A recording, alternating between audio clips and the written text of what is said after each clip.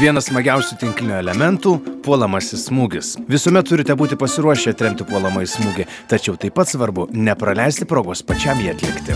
Atliekant puolamąjį smūgį svarbiausia, kaip žaidėjas sugeba pribėgti ir pašokti norėdamas numušti kamuolį. Po priėmimo, puolėjas po truputį turi pradėti judėti į pradinį tašką, visą laiką stebėdamas kamuolį. Jokių būdų negalima jo pamesti iš akiračio. Pradinis taškas yra apie 2,5 metrų nuo perdavimą atliekančio partnerio. Kūnas turi būti pasisukęs 45 laipsnių kampu link partnerio, kad būtų galima spėti atlikti puolamąjį smūgį esant siauresniam ar platesniam perdavimui. Judant link kamuolio, kairė koja rodo kryptį į spėjamą tašką, kur turėtų vykti puolamasis smūgis, o dešinė koja turi būti akcentuojamas paskutinis žingsnis į perdavimo pusę.